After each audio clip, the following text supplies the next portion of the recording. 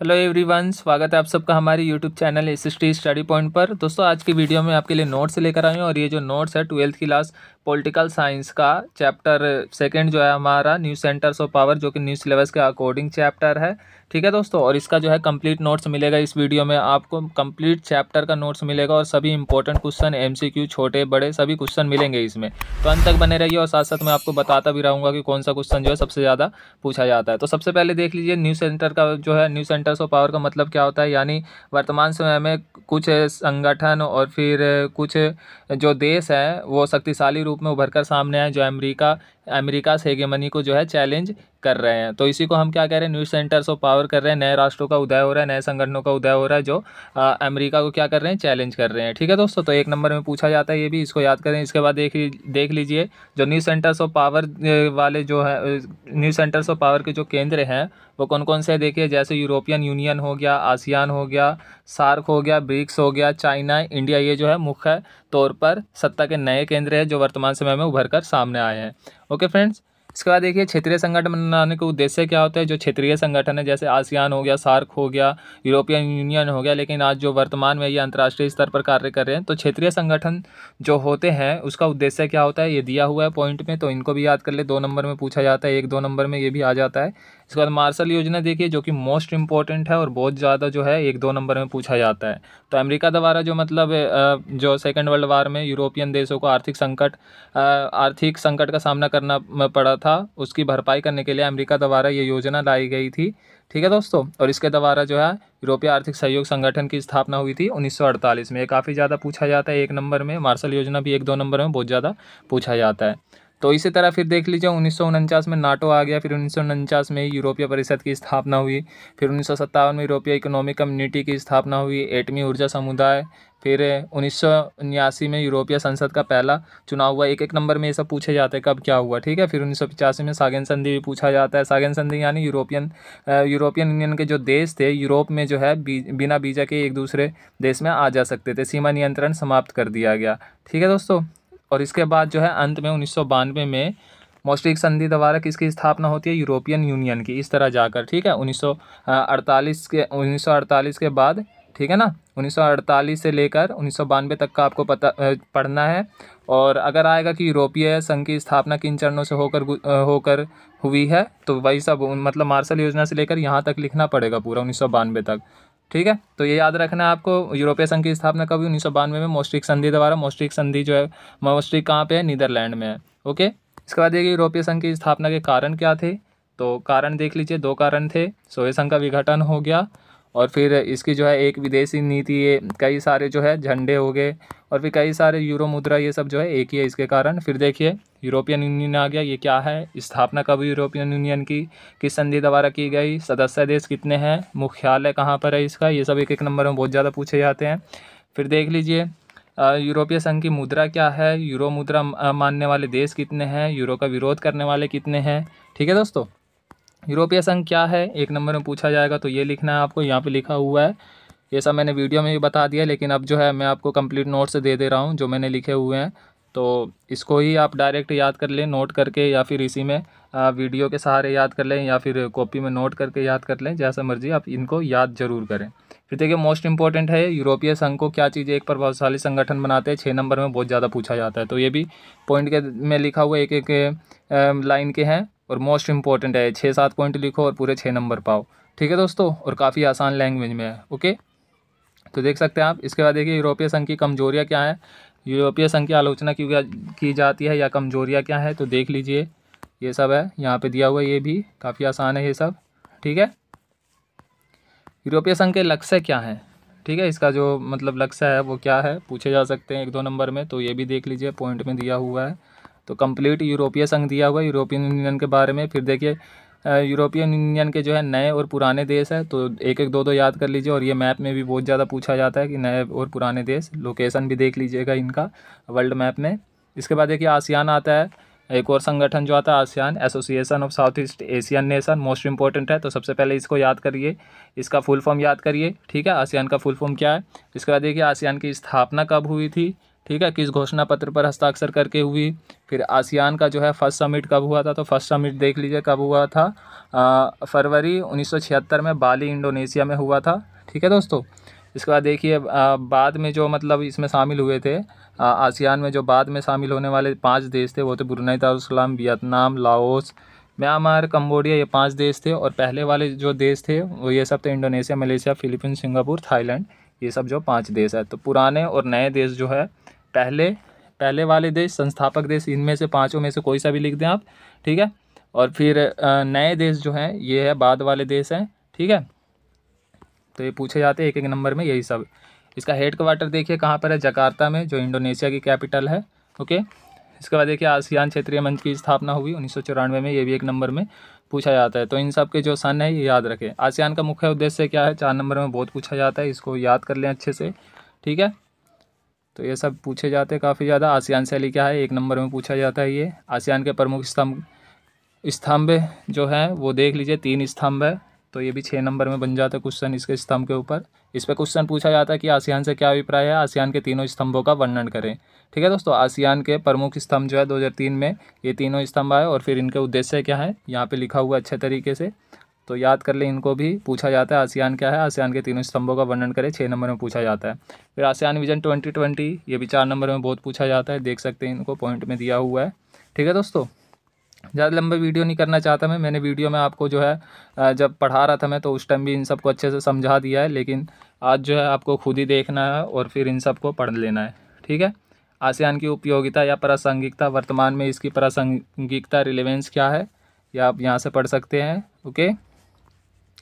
फिर देखिए ये वाला जो है ये भी बहुत ज़्यादा पूछा जाता है कि भारत ने जो आसियान के 2 सदस्य देशों सिंगापुर और थाईलैंड के साथ मुक्त व्यापार का समझौता किया। तो इस पर क्वेश्चन बनता है कि भारत ने जो है किनके साथ मुक्त व्यापार का समझौता किया, तो सिंगापुर और थाईलैंड। अभी प्री बोर्ड में जो है अभी मैप में भी आया था आपके। ओके। अब इसके बाद आता है तीसरा संगठन जो न्यूज सेंटर्स ऑफ पावर के रूप में सार्क आता है, ये भी मोस्ट इंपॉर्टेंट है। तो सार्क को जो है हिंदी में दक्षेक्स बोलते हैं। तो सार्क का सबसे पहले full form south Asian association for regional cooperation. ठीक है। फिर स्थापना कब हुई इसकी, मुख्यालय कहाँ पर है इसका, यानी हेड क्वार्टर। फिर देखिए सार्क का जो है फर्स्ट समिट कब हुआ था, 1 नंबर में यही सब बहुत ज़्यादा पूछे जाते हैं। फिर सार्क के जो है सदस्य देश यानी मेंबर्स कौन कौन से हैं, अफगानिस्तान कब शामिल हुआ। ठीक है। ये सब याद रखना आपको। फिर देखिए सार्क का जो है जो लास्ट समिट हुआ था पाकिस्तान में, लेकिन इसको मानने से जो है इनकार करते हैं सदस्य देश। फिर अगर 1 नंबर में आया कि सार्क से क्या अभिप्राय है, तो ये आपको लिखना है डेफिनेशन, ये सब जो है ये जो 2 लाइन में लिखा हुआ है। ठीक है। सार्क के प्रमुख सम्मेलन जो है, प्रमुख सम्मेलन कहाँ कहाँ पर हुए हैं, तो यहाँ से देख सकते हैं आप कौन कौन सा सम्मेलन कब हुआ, पहला सम्मेलन कब हुआ, इसके बाद जो है प्रमुख सम्मेलन कब कब हुए हैं। ओके। सार्क के जो है प्रमुख उद्देश्य कौन से है, बहुत ज़्यादा पूछा जाता है, 4 नंबर में देख लें आप, या 6 नंबर में बन सकता है कि सार्क से क्या अभिप्राय है, सार्क के प्रमुख उद्देश्यों का वर्णन करें। ठीक है दोस्तों, अच्छे से याद कर ले, काफ़ी आसान है ये सब। सार्क संगठन का महत्व, ये भी इम्पोर्टेंट है, पूछा जाता है। तो मैंने जो है बहुत अच्छे से लिख रखा है और यही सब एग्ज़ाम में ज़्यादातर पूछे जाते हैं। फिर देख लीजिए साफ्टा आया, इसके बाद सार्क के बाद जो है साफ्टा की स्थापना की गई 2004 में आयोजित जो 12वां सम्मेलन हुआ था, उसमें जो है साफ्टा समझौते पर हस्ताक्षर किए गए थे और 2006 में ये इफेक्टिव हो गया था। ठीक है। तो साफ्टा का जो हेड क्वार्टर कहाँ पर है, जकार्ता यानी इंडोनेशिया की कैपिटल। और साफ्टा का फुल फॉर्म याद कर ले, 1 नंबर में पूछा जा सकता है। इस समझौते के मुख्य उद्देश्य यानी साफ्टा समझौता जो हुआ था उसका मुख्य उद्देश्य क्या है, तो ये देख लें, मतलब व्यापार से संबंधित था ये, ताकि जो सार्क देशों में उनमें अच्छे से व्यापार हो सके। इसके बाद देखिए ब्रिक्स, जो कि न्यू टॉपिक जुड़ा था और मोस्ट इंपॉर्टेंट है ये। ठीक है। और ये कब आया, सबसे पहले आपको याद रखना है कि मतलब ब्रिक्स का फुल फॉर्म क्या है। तो ब्रिक्स जो है 5 देशों का समूह है और वो है ब्राज़ील, बी से ब्राज़ील हो गया, रसिया, भारत, फिर चीन हो गया, दक्षिण अफ्रीका, यानी ब्राज़ील, रसिया, इंडिया, चाइना, साउथ अफ्रीका। ये जो है 5 वर्ड जो है ना ये, तो अब 5 जो ये है इस शब्द, इसका जो है 5 देश है। तो 5 देशों का ये ग्रुप है और ये कब आया था, 2006 में आया। हेड क्वार्टर कहाँ पर है, चाइना के संघाई में है। पहला समिट कब हुआ, 2009 में हुआ, रसिया के एकतारिनबर्ग में। और फिर दक्षिण अफ्रीका इसमें कब शामिल हुआ, 2010 में, दिसंबर 2010 में। फिर क्या है ब्रिक्स, तो अगर आएगा डेफिनेशन लिखने के लिए ब्रिक्स से क्या अभिप्राय है, तो यहाँ तक लिख देना है आपको। ठीक है। तो ब्रिक्स के बारे में और अच्छे से पढ़ सकते हैं। पहले जो है साउथ अफ्रीका इसमें नहीं था, इसीलिए हम इसे ब्रिक कहते थे, लेकिन साउथ अफ्रीका जब इसमें शामिल हुआ 2010 में, तो इसे हम क्या कहने लग गए, ब्रिक्स कहने लग गए, ऐसे लग गया लास्ट में। ठीक है। तो ये सब देख सकते हैं सार्क, इसके इसके बारे में जो है, ब्रिक्स के बारे में जो है डिटेल में दिया हुआ है यहाँ पर। ओके फ्रेंड्स, तो ये सब देख लीजिए, बहुत अच्छे से दिया हुआ है ये सब। फिर एनडीपी की स्थापना हुई, एनडीपी का फुल फॉर्म, और फिर एनडीपी का जो है हेड क्वार्टर कहाँ पर है ये याद कर लें, और एनडीपी क्या था ये सब दिया हुआ है। फिर ब्रिक्स की देखिए विशेषताएँ क्या है, ये सब मोस्ट इम्पोर्टेंट है। ठीक, ब्रिक्स के उद्देश्य से बहुत ज़्यादा पूछे जाते हैं 4 या 6 नंबर में, तो इसको याद कर ले, ब्रिक्स का जो उद्देश्य है। ठीक है दोस्तों, अच्छे से याद कर लें, पॉइंट में दिया हुआ है, काफ़ी इजी है। भले ही आपको लग रहा होगा कि मतलब 3 लाइन या 4 लाइन में लिखा हुआ है, लेकिन बहुत ईजी है। ठीक है, अगर आप पढ़ेंगे एक बार शांति दिमाग से तो आसानी से समझ में आ जाएगा। फिर ब्रिक्स के सामने जो है चैलेंजेस कौन कौन से हैं, क्योंकि आपसी देशों में जो है विवाद भी देखने को मिलता है, जैसे इंडिया और चाइना में, और फिर सदस्य देश जो है सीमित है, इनका जो है कार्य क्षेत्र भी सीमित है। तो ये सब देख सकते हैं आप, हेडिंग के साथ दिया हुआ है, हेडिंग याद करें और फिर हेडिंग पढ़ें, और फिर उसके आगे का जो 2-4 लाइन लिखा है उसको पढ़ेंगे तो आसानी से समझ में आ जाएगा। फिर देखिए चाइना के बारे में, चाइना पे भी बहुत ज़्यादा बनता है, चाइना की जो इकोनॉमी के बारे में बहुत ज़्यादा क्वेश्चन पूछे जाते हैं, क्योंकि आपको पता है वर्तमान समय में जो है विश्व मार्केट में इसने अपना दबदबा बना रखा है, और अमेरिका को भी चैलेंज कर रहा है। अमेरिका के जो मार्केट वाले एरिया है, अमेरिका के मार्केट पर इसका कब्जा होता जा रहा है धीरे धीरे चाइना का। ठीक है, तो इसमें जो है लगभग संघर्ष भी देखने को मिल रहा है अमेरिका और चाइना में, कभी कभी जो है कहासुनी हो जाती है दोनों में। ठीक है दोस्तों, तो देख लीजिए मतलब माओ जेडोंग के नेतृत्व में क्या हुआ था, गणतंत्र बना था 1949 में। एक तो ये बात याद रखनी है कि गणतंत्र कब बना था, तो उस टाइम जो है इसने पुरानी अर्थव्यवस्था अपनाई थी, तो इसको जो है पुरानी अर्थव्यवस्था कह रहे हैं, जो माओ जेडोंग के नेतृत्व में अपनाई गई थी, सोवियत मॉडल पर आधारित थी। ठीक है दोस्तों, तो ये जो है पुरानी अर्थव्यवस्था हो गया, यहाँ पर इस पॉइंट में यहाँ तक दिया हुआ है। तो पुरानी अर्थव्यवस्था का इस पर क्या प्रभाव पड़ा, कितना विकास किया इसने, ये है। ठीक है, फिर चीन में जो है सुधारों की पहले वर्तमान चीनी अर्थव्यवस्था, यानी वर्तमान में इसने क्या क्या सुधार किए, जब पुराने अर्थव्यवस्था से माओ जेडोंग के नेतृत्व में जो गणतंत्र हुआ था उस टाइम नीतियाँ अपनाई गई थी, उसका ज़्यादा फ़ायदा नहीं मिला, लेकिन बाद में जो है फिर ये सुधार करता है। तो इसने जो है अर्थव्यवस्था का, वर्तमान चीनी अर्थव्यवस्था यानी अर्थव्यवस्था के विकास के लिए क्या क्या किया इसने, तो ये आपको देखना 1972 में सबसे पहले क्या किया इसने, अमेरिका से संबंध बनाकर अपने राजनीतिक और आर्थिक अंतवास को समाप्त किया। ठीक है, अमेरिका से संबंध बनाए ताकि आर्थिक विकास किया जा सके। और फिर चाइना ने कैपिटलिस्ट इकोनॉमी के कुछ विशेषताओं को भी अपनाया। ठीक है, तो देखिए इसके बाद अर्थव्यवस्था को चरणबद्ध तरीके से अपनाया इसने, चरणबद्ध यानी स्टेप बाय स्टेप अर्थव्यवस्था का विकास करने के लिए इसने नीतियाँ अपनाई। जैसे 1973 में प्रधानमंत्री चाउ एन लाई के नेतृत्व में क्या किया इसने, कृषि, उद्योग, सेवा और विज्ञान प्रौद्योगिकी क्षेत्र में आधुनिकीकरण के 4 प्रस्ताव रखे। ठीक है, इसके बाद देखिए 1978 में बहुत ज़्यादा 1 नंबर में पूछा जाता है, 1978 वाला, देंग सियाओपिंग के नेतृत्व में ओपन डोर पॉलिसी अपनाई। ठीक है, ओपन डोर पॉलिसी भी आर्थिक विकास के लिए इसने अपनाई। तो पूछा जाता है 1 नंबर में कि मतलब चाइना ने जो है ओपन डोर पॉलिसी कब अपनाई और किसके नेतृत्व में अपनाई, तो 1978 में देंग सियाओपिंग के नेतृत्व में। फिर देखिए चाइना ने जो है 1982 में 1982 में खेती का निजीकरण किया, खेती का प्राइवेटाइजेशन किया। इसके बाद 1998 में जो है उद्योग का निजीकरण किया। ठीक है, स्पेशल इकोनॉमिक जोन को अपनाया इसने, विशेष आर्थिक क्षेत्र, इसका फुल फॉर्म पूछा जाता है, सेज का फुल फॉर्म लिखने को आता है 1 नंबर में, तो स्पेशल इकोनॉमिक जोन, कई लोग सोशल लिख देते हैं, सोशल नहीं स्पेशल। ठीक है, फिर 1 नंबर में ये भी पूछा जाता है कि चाइना ने जो है 2001 में विश्व व्यापार संगठन में शामिल हो गया, तो पूछा जाता है कि विश्व व्यापार संगठन में चाइना कब शामिल हुआ 1 नंबर में। ओके, इसके बाद देखिए जो चाइना की जो है वर्तमान में चीन को सुपर पावर बनाने वाले कारण कौन कौन से हैं, तो सुपर पावर बनाने वाले कारण कौन से हैं, ये जो है जनसंख्या में सबसे बड़ा देश है, और फिर क्षेत्रफल की दृष्टि से भी काफ़ी बड़ा देश है। ठीक है, इसकी आर्मी, ये सब, तो ये सब देख सकते हैं, इंफ्रास्ट्रक्चर में भी काफ़ी ज़्यादा इसने सुधार किया, तो देख सकते हैं ये सब लिखा हुआ है, पढ़ लें, आपको समझ में आ जाएगा, ज़्यादा बताने की ज़रूरत नहीं है मुझे वैसे तो। इसके बाद देखिए इंडिया भी जो है वर्तमान समय में न्यू सेंटर्स ऑफ पावर के रूप में उभर रहा है, एक शक्तिशाली देश के रूप में उभर कर सामने आया है। तो देख लिए इस पे क्वेश्चन 6 नंबर का पूछा जाता है, वर्तमान समय में भारत को शक्तिशाली बनाने वाले कारण कौन कौन से हैं, तो ये पॉइंट में दिया हुआ है, देख लें।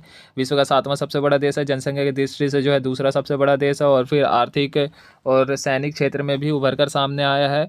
ठीक है दोस्तों, और फिर ये जो इसकी अर्थव्यवस्था देख सकते हैं, मतलब वर्तमान समय में क्या रैंक रखता है, और फिर आर्मी भी देख सकते हैं आप, और विश्व ने जो है न्यूक्लियर एक्सपेरिमेंट भी कर चुका है। ये विश्व का सबसे बड़ा लोकतांत्रिक देश है, मेक इन इंडिया के तहत भी जो है विकास कर रहा है ये। ठीक है दोस्तों, और फिर ये देख सकते हैं आप कि 70 देशों में सॉफ्टवेयर निर्यात करता है, लगभग एक्सपोर्ट करता है। अमेरिका को अकेले ये 65% करता है ये, ठीक है, निर्यात करता है। इसके बाद ये रसिया आता है, तो रसिया मतलब क्यों शक्तिशाली देश है वर्तमान में, एक मतलब न्यू सेंटर्स ऑफ पावर के रूप में क्यों भर रहा है, इसकी भी आर्मी काफ़ी मतलब बड़ी है, और फिर आर्म्स मामले में भी जो है बहुत बड़ा देश है ये। इसकी जीडीपी, इकोनॉमी, ये सब जो है काफ़ी बड़े देश भी है एरिया के मामले में, और काफ़ी मतलब शक्तिशाली भी है ये। ठीक है, तो ये सब पूछे जाते हैं। एक दो देश तो पक्का पूछा जाएगा इसमें से कि मतलब इसके जो है वर्तमान समय में क्यों एक शक्तिशाली के रूप में उभर रहा है, इसके बारे में पूछा जा सकता है। इसके बाद इजराइल देखिए, इजराइल भी जो है वर्तमान समय में एक शक्तिशाली देश के रूप में उभर कर सामने आया है। ओके, तो यहाँ पे दिया हुआ इजराइल के बारे में कि ये मतलब किस प्रकार एक शक्तिशाली देश के रूप में सामने आया है, न्यू सेंटर्स ऑफ पावर के रूप में सामने आया है। जापान भी, जापान के बारे में आपको पता होगा, टेक्नोलॉजी मामले में बहुत मतलब विकास किया है इसने, इलेक्ट्रॉनिक्स में खास करके। ठीक है, गाड़ी के मॉडल हो या बुलेट ट्रेन हो, और फिर इसी से अंदाज़ा लगा सकते हैं कि मतलब इस पर परमाणु अटैक होने के बाद भी 1945 में हुआ था ना इस पे परमाणु अटैक, दो अमेरिका द्वारा किया गया था। इसके बाद भी जो है इसने काफ़ी तेज़ी से विकास किया है, एक अलग पहचान बनाई है विश्व स्तर पर इसने। तो इसके बारे में भी यहाँ पे पढ़ सकते हैं। इसके बाद देखिए साउथ कोरिया के बारे में, तो साउथ कोरिया के बारे में भी यहाँ पढ़ सकते हैं क्यों एक शक्तिशाली देश के रूप में उभर कर सामने आया वर्तमान समय में। तो इनमें से मतलब इस चैप्टर में से एक या दो कंट्री पे ज़रूर क्वेश्चन बन सकता है, और जो ऑर्गेनाइजेशन जो रीजनल ऑर्गेनाइजेशन है जैसे आसियान, सार्क और फिर यूरोपीय संघ, इन पर भी बहुत ज़्यादा क्वेश्चन पूछे जाते हैं, तो इनको अच्छे से याद कर लें। ठीक है दोस्तों, अगर आप इन सब को पढ़ लेंगे तो आपको जो है बुक भी पढ़ने की ज़रूरत नहीं, क्योंकि बुक में भी ये सब टॉपिक आपको नहीं मिलेगा, क्योंकि न्यू सिलेबस का अकॉर्डिंग है ये टॉपिक्स ये सब। ठीक है दोस्तों, तो दोस्तों इन सब को पढ़िए आप अच्छे से, आपके अच्छे मार्क्स आएंगे, और इसी तरह से आप आंसर लिख के आएंगे तो अच्छे मार्क्स मिलेंगे, फुल मार्क्स मिलेंगे। दोस्तों आई होप कि आपको वीडियो अच्छी लगी होगी। दोस्तों वीडियो को लाइक कर दें, कमेंट करके बताएं, और अगर आप नए हैं तो चैनल को सब्सक्राइब जरूर कर दें, ताकि आपको इंपॉर्टेंट नोट्स और सभी चैप्टर जो है न्यू सिलेबस का अकॉर्डिंग चैप्टर के नोट्स, और फिर क्वेश्चन पेपर, और फिर मैप, ये सब वर्क, ये सब जो है इंपॉर्टेंट क्वेश्चन, ये सब जो है मिलता रहे। ओके।